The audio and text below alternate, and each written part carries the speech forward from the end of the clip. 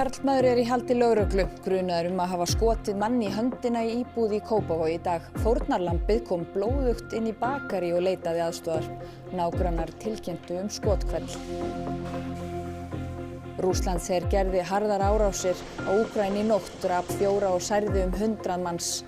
Herinn beindi 600 árásardrónum að landinu. Fleiri starfsmenn bráðamóttöku Landspítala hafa greinst með berkla.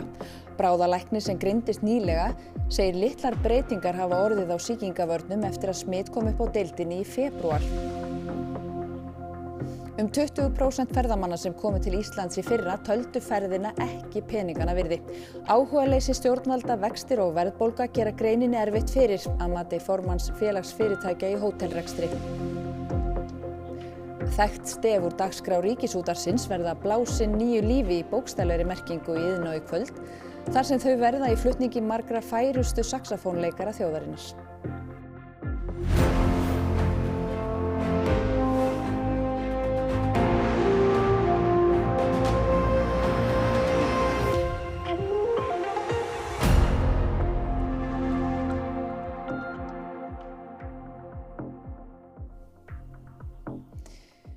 Gott kvöld. Karlmaður varð fyrir skoti í íbúð á Kársnesi í Kópavogi á öðrum tímanum í dag. Einn í haldi lögreglu grunaður verknaðinn, en fórnarlambið leitaði ásjár í bakaríi. Lögregla fékk tilkynningum að skothvellur hefði heyrst úr íbúð í fjölbýlishúsi á Kársnesi í Kópavogi á öðrum tímanum í dag, en íbúar í nærliggjandi íbúð létu vita. Skömmu síðar gekk blóðugur maður inn í bakaríi Brikk við Hafnabraut sem skammt frá og sagðist hafa verið skotinn í höndina. Hann var fluttur á sjúkrahús en ekki þungt haldinn. Lögregla kom á vettvang og var karlmaður handtekinn í húsinu. Skotvopnið fannst á staðnum. Lögregla girti stigaganginn af og talsverður viðbúnaður var á staðnum, en auk almennrar lögreglu var sérsveitin kvödd á vettvang. Fólkið sem tilkynnti skothvellinn sagði í samtali við fréttastofu að það hefði verið mjög óttaslegið og lokað sig af fram eftir degi. Og nágrannar sem fréttastofa talaði við sögðust sömuleiðis vera slegnir óhug. Samkvæmt upplýsingu frá lögreglu verið að safna gögnum, en sá sem var handtekinn hefur ekki verið yfirheyrður. Rússlandsher gerði stórfelldar árásir á Úkraínu í nótt, margar á höfuðborgina Kív. 4 voru drepnir og nær 100 særðir. Borgarstjóri Kív segir skemmdir eftir árásirnar í öllum hverfum borgarinnar.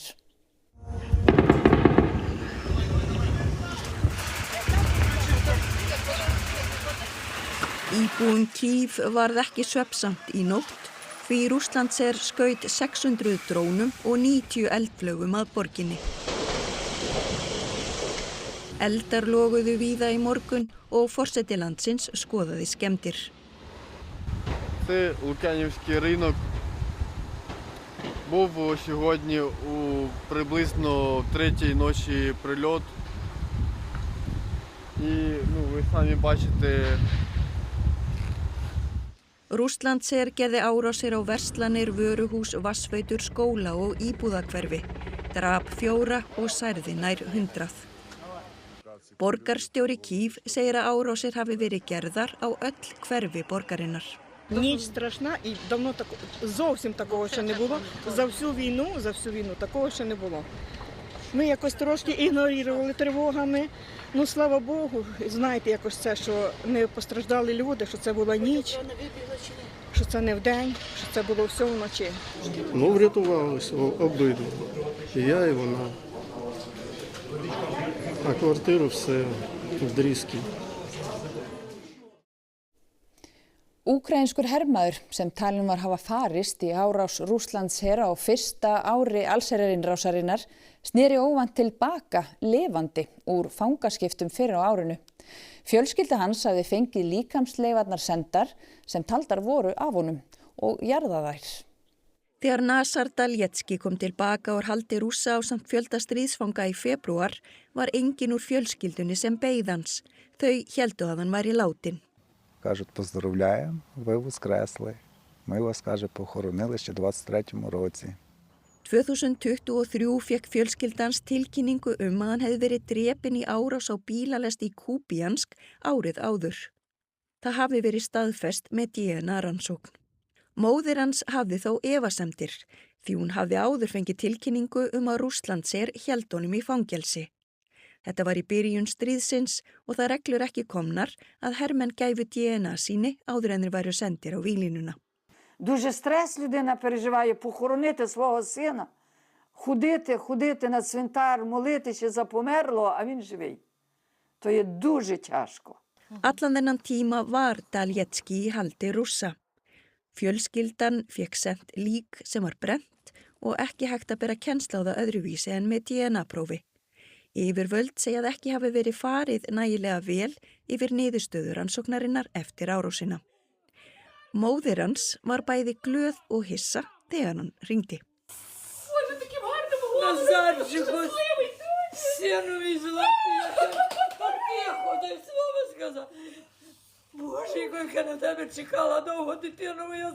Какие ваши первые шаги будут, когда вас отпустят? Перше, що я буду своєю сім'єю. Навіть не піду нікуди на роботу. От пізніше вже буду щось шукати, якусь роботу, яка мені підходить. Хочу теж десь поїхати за кордон відпочити. Honum hugnast ekki að fara aftur í herinn. Я вже не маю того здоров'я. Ноги болять. Ще що з тим? Треба спочатку трошки підлікуватись.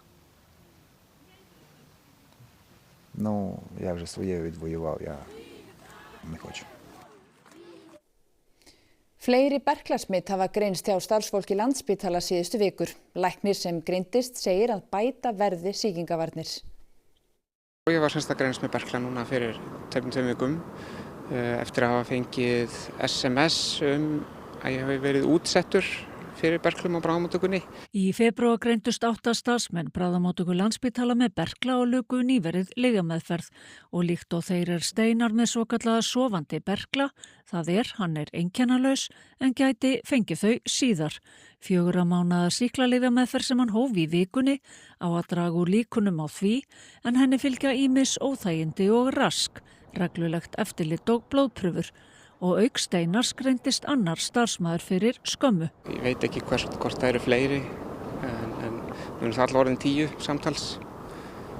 Og það er leiðilegt að þetta skuli koma upp aftur núna. Maður hefði náttúrulega viljað bara sjá einhverja breytingu eftir að þessi fyrstu 8 smitt kom upp. Maður hefði viljað sjá sýkingavörnir hertar. Hvernig að mæta í vinnuna á hverjum degi á stað þar sem sýkingavörnum verður ábótavant?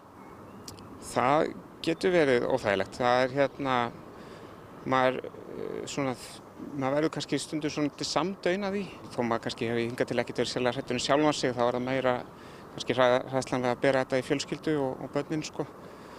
Þannig að það getur verið óþægilegt. Og kannski það versta er að það eins og sé ekki alveg hlustað á mann og hlustað á ákall starfsfólks bættar sýkingavarnir. Hver getur bætt úr því? Þegar stórt spurt.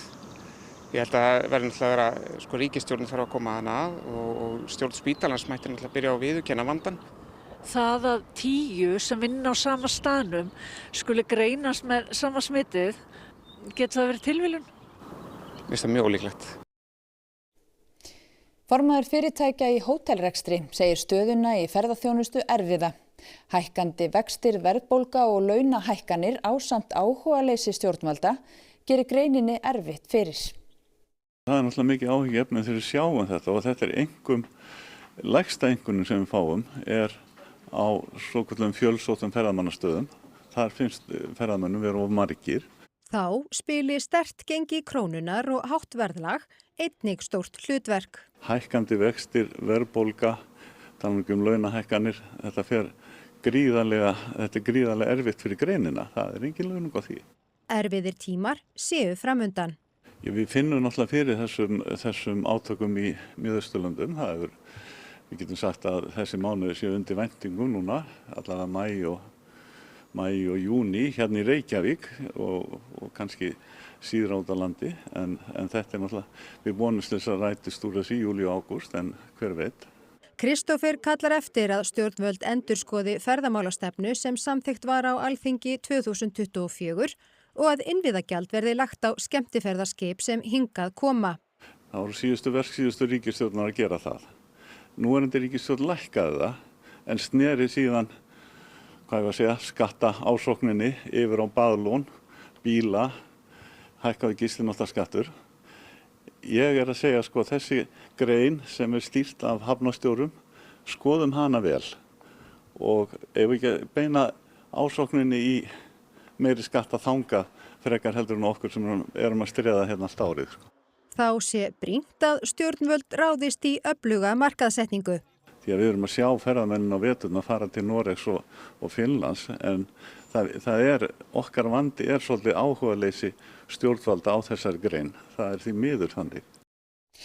Rúm 18% erlendra ferðamanna sem komu til Íslands í fyrra töldu Íslandsferðina ekki peningana virði, samkvæmt landamærakönnun Ferðamálastofu. Könnunin byggir á svörum tæplega 11.000 ferðamanna.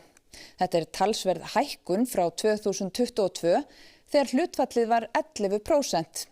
Þá hefur meðmælaskor ferðamanna farið lækkandi ár frá ári en það mælir tryggð og ánægju viðskiptavina. Árið 2022 mældist það rúmlega 82 en í fyrra var talan komin niður í 71,5. Ferðamenn sem Fréttastofa ræddi við sögðu Ísland dýrt en samt ferðarinnar virði. So how do you like the country so far? Absolutely stunning, gorgeous, friendly people. Yeah, friendly people, beautiful scenery. We have dreamed of it in a couple of years, so it's good. Icelandic people are really nice and the food is great. Did you think about the cost of coming here to Iceland? I did. I was mentally prepared for it, but I think coming here and then seeing it in person has definitely been a bit of a shock. I think it was a bit more expensive than I had realised initially. Yeah, we have searched a little and we knew it was a bit more expensive than Denmark, but we was prepared for it. So much more, is it not? Not cheap, but not the most expensive place I've been to either. I do think this is one of the most expensive countries that I've been to myself, yeah. Yeah, double anything else I've experienced. I think it's a little bit more expensive. The hotel, I think we are something, it's comparable to what we have in Belgium.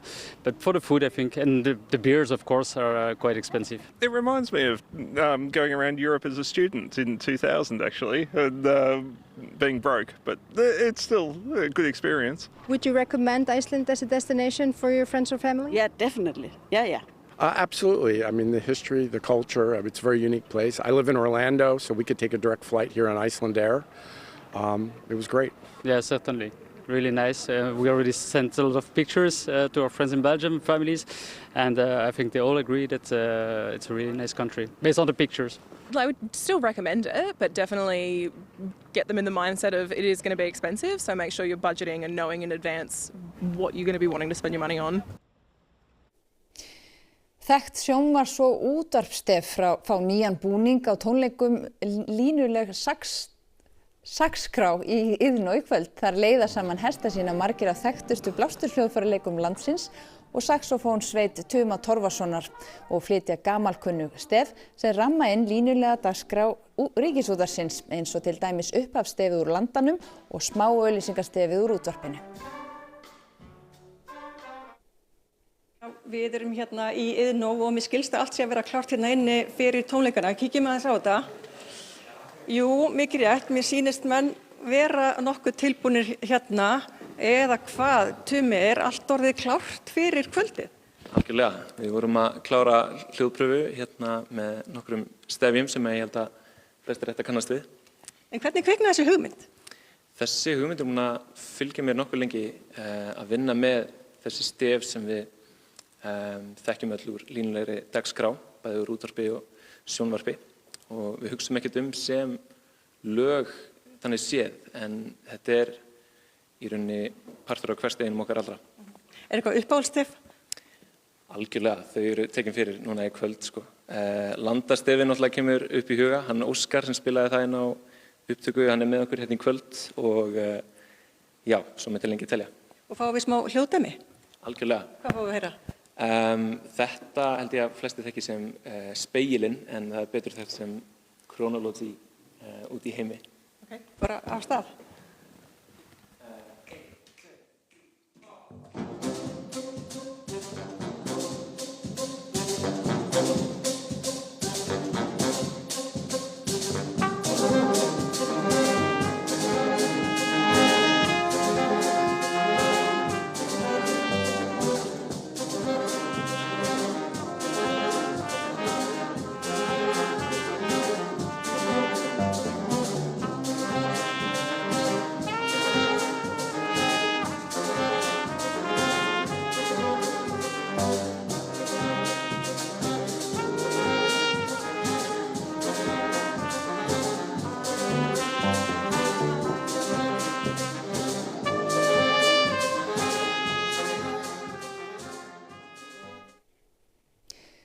92 ára listamaður gefur ekkert eftir í málaralistinni og opnaði nýlega sýningu á Eyrarbakka með 56 málverkum.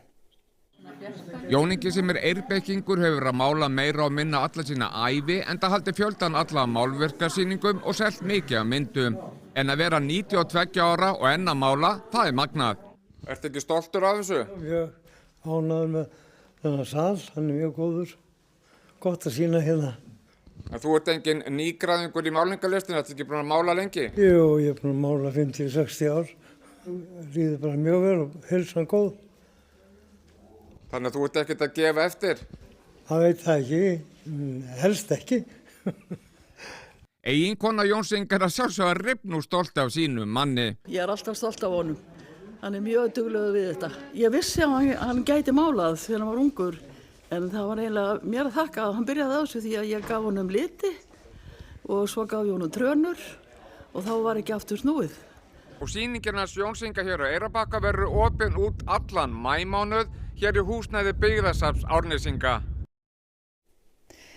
Þá að veðri. Það lægir í kvöld og nótt og vindur verður hægur lengst af á morgun en síðdegis og annað kvöld verður svo komin vestan gola eða stinningsgola. Skúraleiðingar í flestum landslutum einkum á sunnanverðu landinu og jafnvel talsverðar dembur. Og þá helst síðdegis en hiti breytist lítið. Nánar veðrið að loknum íþróttum. Lokaumferð ensku úrvalsdeildar karla í fótbolta var í dag. Tottenham og West Ham börðust áframhaldandi veru sína í deildinni og Englandsmeistarar Arsenal fengu bikarinn afhentan. Harry Kane hefur átt stórfínt tímabil með Þýskalandsmeisturum Bayern München. Rúsínan í pilsuendanum var svo að þrenna hans í bikarúrslitaleik í gærkvöld. Og við kíkjum á sundknattleiksmót í Laugardal þar sem fjöldi erlendra keppenda tróð marvaða og skoraði glæsileg mörk. Íþróttir hér strax að loknum fréttum. Og árum við kveðum ykkur skulum við rifja upp það sem var helst í þessum fréttatíma. Karlmaður í haldi lögreglu grunaður að hafa skotið hann í höndina í íbúð í Kópavogi í dag. Fórnarlambið kom blóðugt inn í bakari og leitaði aðstoðar. Nágrannar tilkynntu skothvelli. Rússlandsher gerði harðar árásir á Úkraínu í nótt, drap 4 og særði 100 manns. Herinn beindi 600 árásardrónum að landinu. Fleiri starfsmenn bráðamóttöku Landspítala hafa greinst með berkla. Bráðalæknir sem greindist nýlega segir litlar breytingar hafi orðið á sýkingavörnum eftir að smit kom upp á deildinni í febrúar. 20% ferðamanna sem komu til Íslands í fyrra töldu ferðina ekki peningana virði. Áhugaleysi stjórnvalda, vextir og verðbólga gera greinin erfitt fyrir að mati formanns félagsfyrirtækja í hótelrekstri. Og þekkt stef úr dagskrá Ríkisútvarpsins verða blásin nýju lífi í bókstaflegri merkingu í Iðnó í kvöld þar sem þau verða í flutningi margra færustu saxofónleikara þjóðarinnar. Þessum fréttatíma er lokið. Við kveðjum ykkur í kvöld með svipmyndum af hjólabrettaköppum að sýna listir sínar á Ingólfstorgi í Reykjavík. Hafið það gott og verið sæl.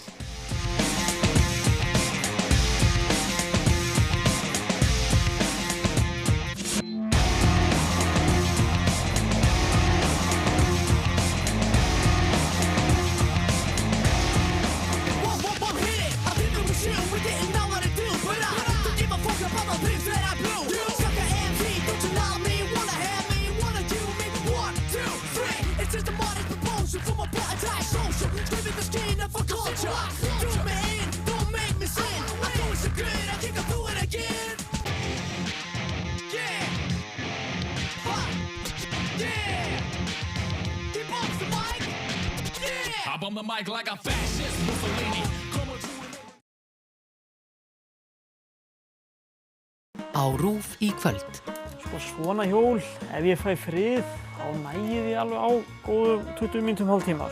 Landinn. Þáttur mannlífið í landinu.